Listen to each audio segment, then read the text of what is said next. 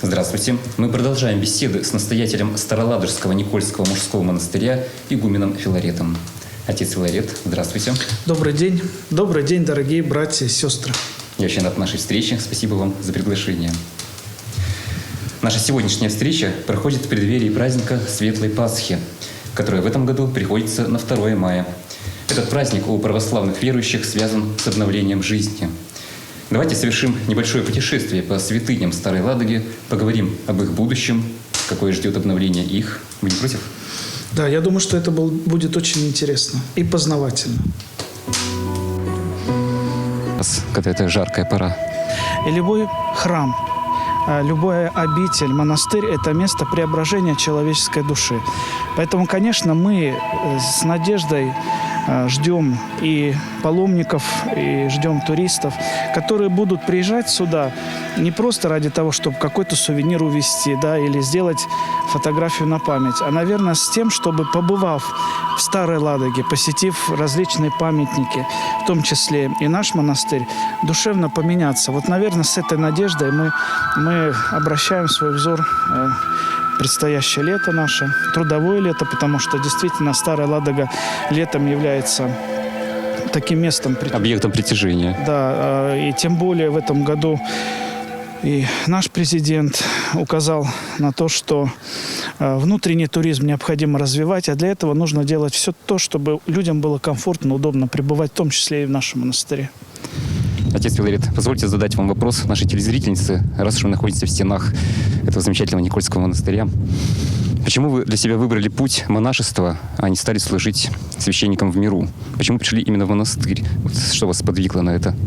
Ну, первоначально, конечно же, я пришел в церковь в 11 лет, и ни о каком монашестве, ни о каком вообще выборе жизненного пути тогда не стояло. Но со временем, когда я начал постигать основы веры, читать Священное Писание, видеть пример, потому что я пришел в церковь в 90-х годах, и было очень интересно наблюдать за поколением вот тех вот прихожан, бабушек, дедушек, которые прошли гонения, которые прошли страшное, безбожное время нашей истории. Вот я поучался у них, потому что сейчас уже нет этого поколения, которые бы видели, как притесняют за веру, как расстреливают за то, что ты христианин, священник или монах. Это было еще в советское время. Ну, получается, в 90-е годы. Начало 90-х годов, тогда поколение еще это жило. И со временем, конечно, нужно было определяться, и для меня уже лет 15-16 не вставал вопрос, кем я буду дальше. Я выбрал этот путь. Я захотел быть, конечно, подражать подвижникам. Не получается до конца, но все-таки для меня они идеалы жизни, христианской жизни по совести, исполняя заповеди Божьи. Тем более монашество – это же не просто удаление от мира, а это, наверное, служение миру. И это самое удобное для человека, который хочет принести пользу окружающим людям. То есть вы не задумывались, перед вами не стоял выбор, кем быть, либо монахом, либо священником в миру? Да, для меня изначально было понятно, что все-таки я выберу тот путь, по которому иду уже практически больше 20 лет, 24 года. Отец Филарет, 18 лет назад в Никольский монастырь посещал Владимир Путин. Его визит был приурочен к празднованию 1250-летия Старой Ладоги. Это событие было знаковым как для самой Старой Ладоги, так и для Никольской обители. К приезду главы государства была построена как раз вот эта пристань, на которой мы с вами сейчас находимся. Но впоследствии уже был возведен вот замечательный причал палого типа для приема круизных лайнеров. Визит Владимира Путина в Старую Ладогу сюда послужил толчком для развития территории. Скажите, а как же будет дальше? Что восстановлено и что предстоит восстановить еще? Ну, конечно же, монастырь, когда смотришь летопись, листаешь фотографии, видишь, что посещало определенное количество известных людей из эшелонов власти, и артисты, и прочее.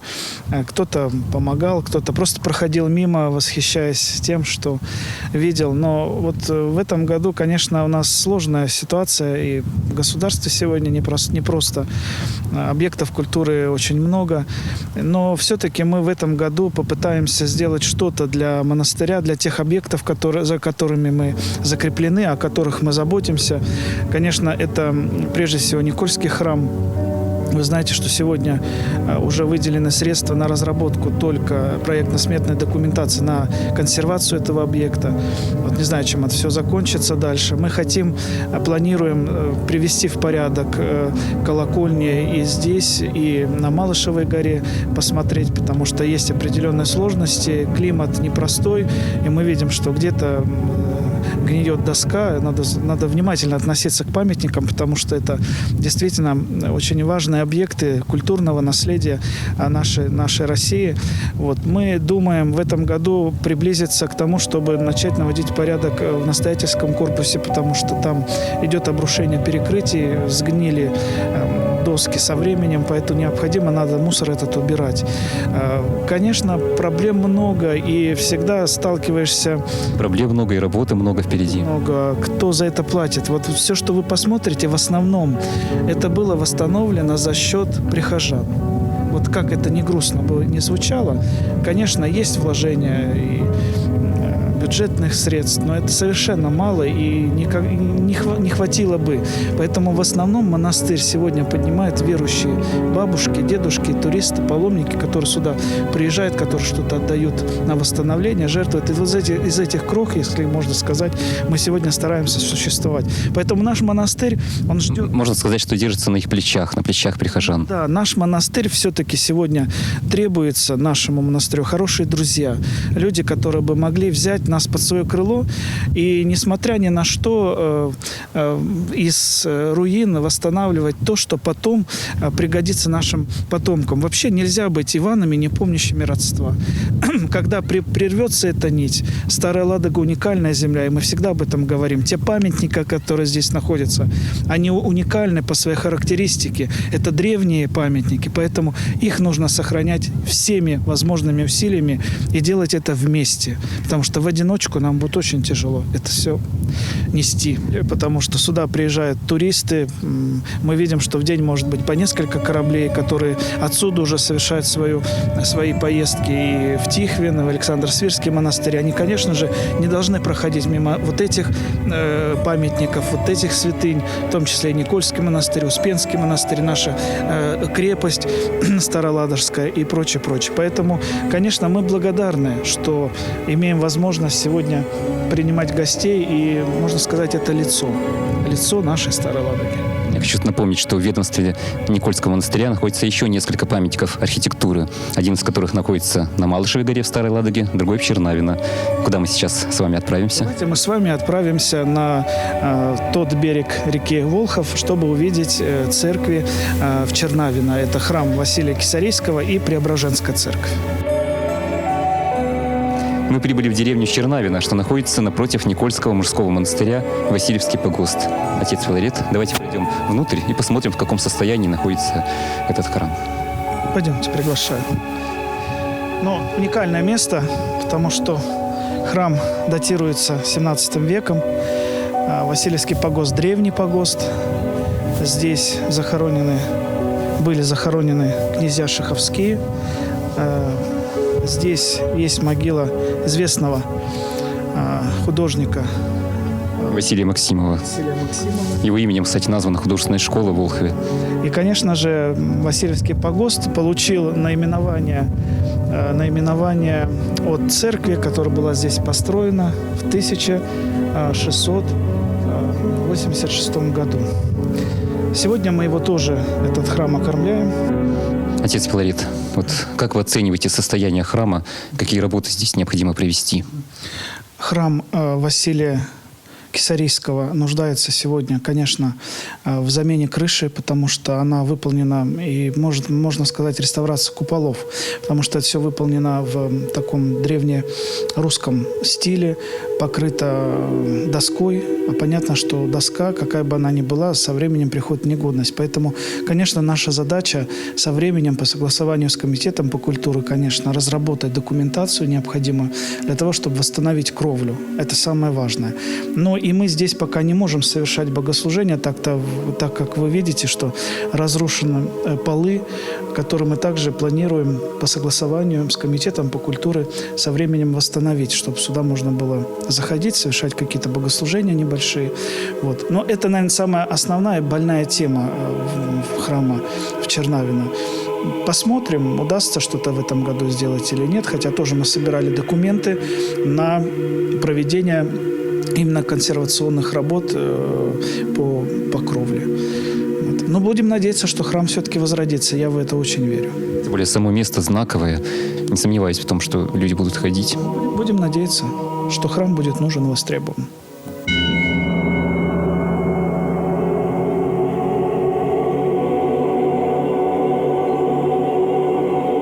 Прям боль в сердце.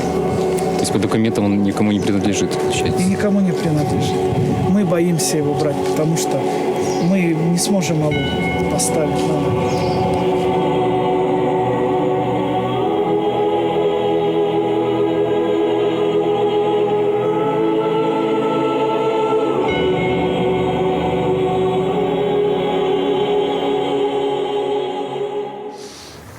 Мы прибыли на Малышеву гору, в храм Рождества Иоанна Предтечи.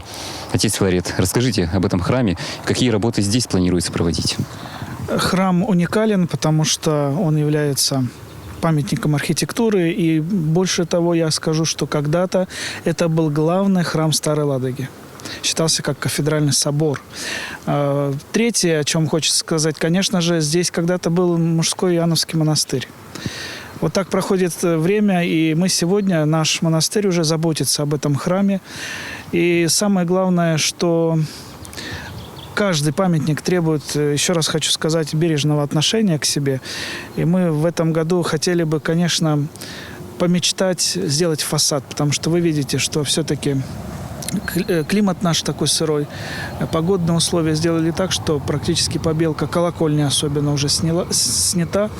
И, конечно, хочется в этом году попытаться, постараться заделать какие-то трещинки, да, и чтобы он был красивым.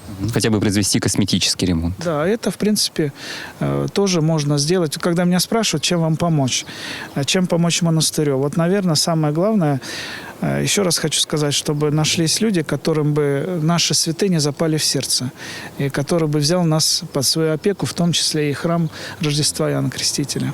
Зайти, наверное, внутрь, посмотреть, потому что это уникальный по своей архитектуре памятник. Ну, давайте пройдем внутрь. Но это место одно из излюбленных мест Старой Ладоги.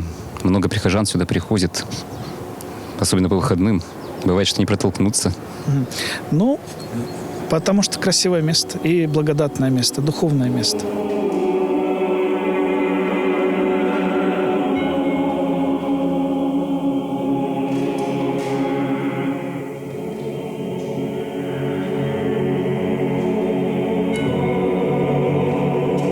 Отец Филарет, расскажите об убранстве этого храма. Центральный храм, где зимой не совершается богослужение, потому что исторически это был холодный храм, и здесь служили только летом. Даже сейчас здесь прохладно. Прохладно, потому что за зиму стены накаляются, и нужно время, чтобы он прогрелся, конечно же. Поэтому у нас богослужения ведутся в пределе Параскевы Пятницы, а здесь мы начинаем служить чуть-чуть попозже. Но, конечно же, убранство историческое только мы увидим в куполе, потому что в куполе есть более поздние росписи, которые тоже со временем надо будет как-то реставрировать. Существует проект воссоздания исторического иконостаса. Вот. Но это, конечно, все перспектива, потому что сегодня храм Рождества Иоанна Крестителя, конечно же, требует совершенно иного внимания. Нужно думать о том, чтобы также какой-то ремонт проводить внутри и прочее, прочее. Поэтому, конечно, храм великолепный, храм уникальный, храм старинный, поражает своей какой-то одухотворенностью, потому что ни в одном храме ты себя так не чувствуешь, как здесь. Вот это по моим ощущениям. Да, здесь какие-то особые ощущения. Да, поэтому вот надо и о нем тоже проявлять заботу. Отец Филарет, спасибо вам за замечательную прогулку. Было все здорово. А я хочу сказать, что у нас осталось время для того, чтобы ответить на вопросы, которые волнуют наших зрителей. Предлагаю продолжить за беседой у камина. Вы не против? Да, возвращаемся назад в нашу обитель. А я напомню, что благодаря телеканалу «Союз» нас смотрит огромная аудитория, в том числе и в северной столице. Отец Филарет, следующий вопрос будет от нашего телезрителя из Петербурга. Только что во время нашей прогулки мы говорили о том, какое идет разрушение храмов, о перспективах их восстановления. Так вот, вопрос от Алексея из Петербурга как раз на эту тему. Я человек неверующий, но при этом нередко посещаю церковь. Меня восхищает архитектура соборов и храмов. Они представляют для меня историческую и культурную ценность. Я собираюсь пожертвовать средства на возрождение знаковых исторических сооружений. Скажите, пожалуйста, можно ли мне, человеку неверующему, делать это? Что говорит церковь? Знаете, я хотел вспомнить Федора Михайловича Достоевского, который говорит так, что душа по своей природе христианка. И нет совершенно неверующих людей, потому что люди, если не верят в Бога, то верят в совершенно другие вещи. Поэтому, если мы говорим здесь о религиозной вере, если человек неверующий и желает участвовать в деле возрождения каких-то святынь, то я уверен, что его лепта возрождения храмов, монастырей, она, конечно, не пропадет даром. Потому что иногда, вы знаете, Господь дает хорошему человеку, доброму человеку шанс. Шанс на то, чтобы оставить в этой жизни какой-то след хороший. И, конечно же, для вечности, для вечной будущей жизни, к которой мы стремимся, мы так или иначе когда-то покинем этот мир, и для нас будет совершенно иная реалия бытия. Поэтому я думаю, если человек желает от своего сердца, человек, который не ищет корысти, может быть, или выгоды, а просто сделать доброе дело и помочь отреставрировать какой-то храм, помочь какому-то там монастырю или там нашему монастырю, то, конечно же, его дар и его помощь, она всегда будет принята с благодарностью. А вопрос веры – это личный вопрос человека. То есть это не влияет? Это не препятствует даже, не препятствует. Наоборот, храмы зачастую встречаешь в истории.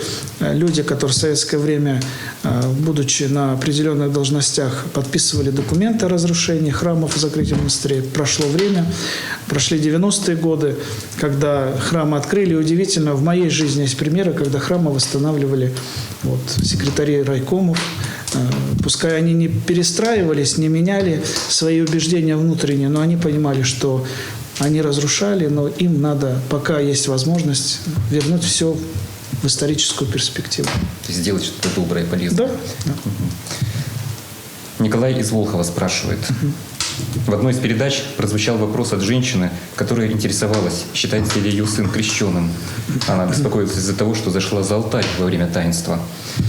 Этот вопрос меня заинтересовал, и хочу рассказать вам свою историю. В конце 50-х годов в нашем поселке жил священник. Дома у него имелись иконы и церковная утварь. Батюшка совершал обряды крещения на дому, так как к тому времени был пожилой и в церкви уже не служил, но сан при этом имел. В Волхове в то время церквей не было, ближайшая была в Новой Ладоге. Поэтому местные жители крестили детей у него на дому. Так крестили и меня. Можно ли считать меня крещенным? Я думаю, что можно, если это был священнослужитель не в запрете, если это был настоящий батюшка. Потому что часто люди одевают, бывают такие случаи, одевают одежды, выдают себя за духовенство и, не имея на это никакого полномочий, прав, не имея рукоположения, не принадлежа там ни к одной епархии. Конечно, это были сложные времена, это все-таки были советские времена, и зачастую в поселках, в деревнях, в городах были такие батюшки, которые нельзя было открыто крестить в церкви. Поэтому совершали такие таинства дома. Если у вас нет сомнений никаких, что это был правильный священник, рукоположенный и прочее, то, конечно же, спокойно живите дальше. Но если есть сомнения, обратитесь к ближайший храм, к ближайшему батюшке, расскажите ситуацию. Возможно, может быть, и принять крещение по-настоящему. Там всегда есть, вы знаете, в крещении есть такая вставка. Центральная часть крещения, когда священнослужитель священнослужитель из купели возливает воду на голову, или человек окунается в купель крещения, да, и священник произносит формулу крещальную. Крещается раба Божия, раб Божий, имя во имя Отца, аминь, и Сына, аминь, и Святаго Духа. Это центральная часть крещения. А в этой ситуации священнослужитель, если вы сомневаетесь и вы хотите, он говорит, крещается, аще не крещена. То есть совершается крещение, если до этого ничего не происходило. То есть, чтобы соблюсти формулу, так сказать, таинства и некий закон, наверное. Но это надо индивидуально решать священнослужитель. Вот из разговора с этим человеком он говорил, что это настоящий батюшка. Если настоящий, нет сомнений, этот вопрос, я думаю, что снят. Спасибо.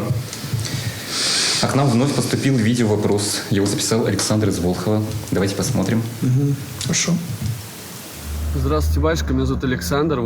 Я из Ленинградской области. У меня есть своя земля в Волховском районе, в Муромских воротах. Я бы хотел построить там церковь для прихожан, чтобы люди приходили, молились и стали лучше.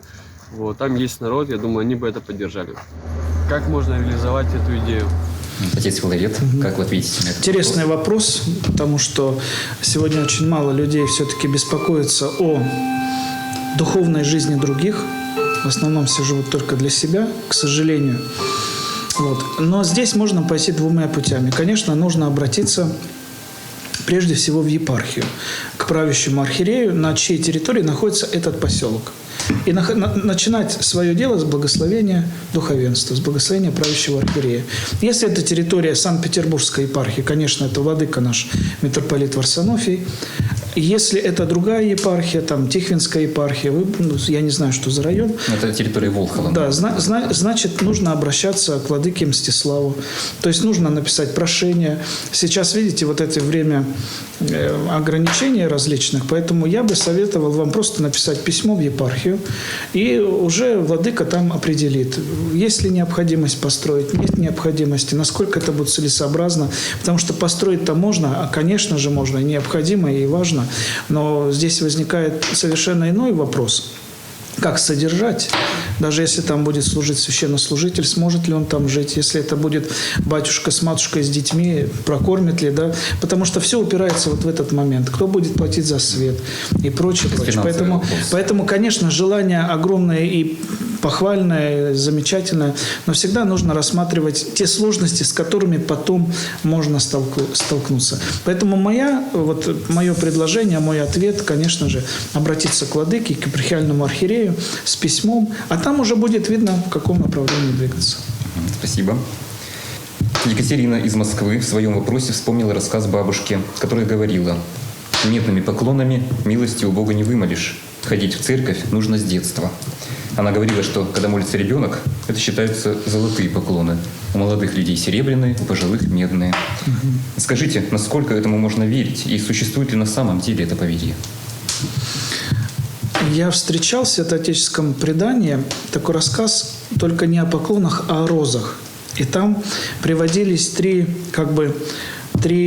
степени цветения этой розы, этого цветка, да, что в молодости, когда человек приходит, это, представляете, свежая роза, которая только что распустившаяся, насколько она приятна людям, да. А второй этап – это люди, которые приходят уже в зрелом возрасте, но роза уже так не первой свежести, да. А третья, но уже она... Третий этап, когда вот уже по жизни тоже можно провести аналогию, потому что пока ты молод, ты, приходя к Богу, можешь сделать как можно больше добрых дел. Ты можешь развиться как личность с большой буквы. А если человек всю жизнь живет по понятиям этого мира, греховного мира часто, и в конце жизни приходит к Богу, конечно, у него очень мало времени на то, чтобы реализовать себя как христианин. Хотя, вы знаете, у Бога все возможно. Главное стремиться. Главное стремиться преобразить себя. И если человек будет идти по этому пути, то все возможно. Я так считаю. Такое сравнение, оно тоже имеет место быть. Но я хочу сказать, что Господу приятны люди, приходящие к Нему в любой стадии. И в первой, второй, в третьей. Господь всегда принимает, поклоны золотые, серебряные и еще какие-то. И самое главное, чтобы вера в Бога была чистой, чтобы это было доверие Богу, чтобы это было изменение в хорошую сторону, когда человек, придя к Богу, не просто пытается менять других, а меняется сам. Вот это самое важное. И здесь любой возраст, он не влияет, не играет никакой роли. Спасибо. Отец Филарет, к сожалению, время нашей программы подошло к концу. И в конце программы по традиции я хочу попросить вас обратиться к нашим телезрителям. Мы с вами встретились, я напомню, в преддверии светлого праздника Пасхи. Прихожан волнует, будет ли освящение даров, приношений. Если будет, то, может быть, какое-то расписание. Да, если Господь Бог позволит нам, и мы через несколько дней будем приветствовать себя пасхальными приветствиями, Христос воскресе, воистину воскресе. Традиционно мы хотим прийти в храм вместе с детьми, осветить приношения, пасхальные куличи, яйца и прочие снеди, потому что стараются принести угощения, чтобы потом этими освященными угощениями поделиться со своими близкими. Поэтому, конечно, мы традиционно начинаем освящать в монастыре в субботу с 12 дня до 18 целый день. А второе освящение будет уже ночью, после ночного богослужения, где-то в 2-полтретьего ночи. И в день Пасхи, воскресный день, 2 мая, воскресенье, конечно же, мы также будем освящать приношения с 12, и целый день, пока люди будут идти. Но самое главное, это еще раз хочу сказать, бывает так, человек приходит на освящение, но ему ради освящения, а все-таки зайдите в храм, найдите возможность поставить свечу, просто помолиться, просто поблагодарить Господа за Его милосердие, которое Он нам дает. Мы встретили еще один год, сложный год, непростой год. Тут же хочу попросить, чтобы братья и сестры, наши прихожане, относились внимательно к тем мерам безопасности, которые пока еще действуют.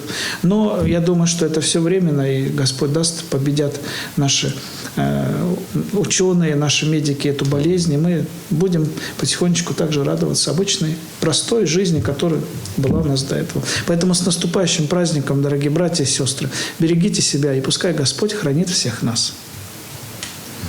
Спасибо вам огромное за нашу сегодняшнюю прогулку, за интересную встречу.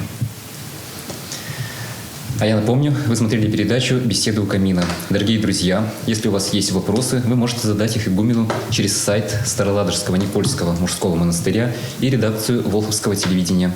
На этом я с вами прощаюсь. Всего доброго и до встречи.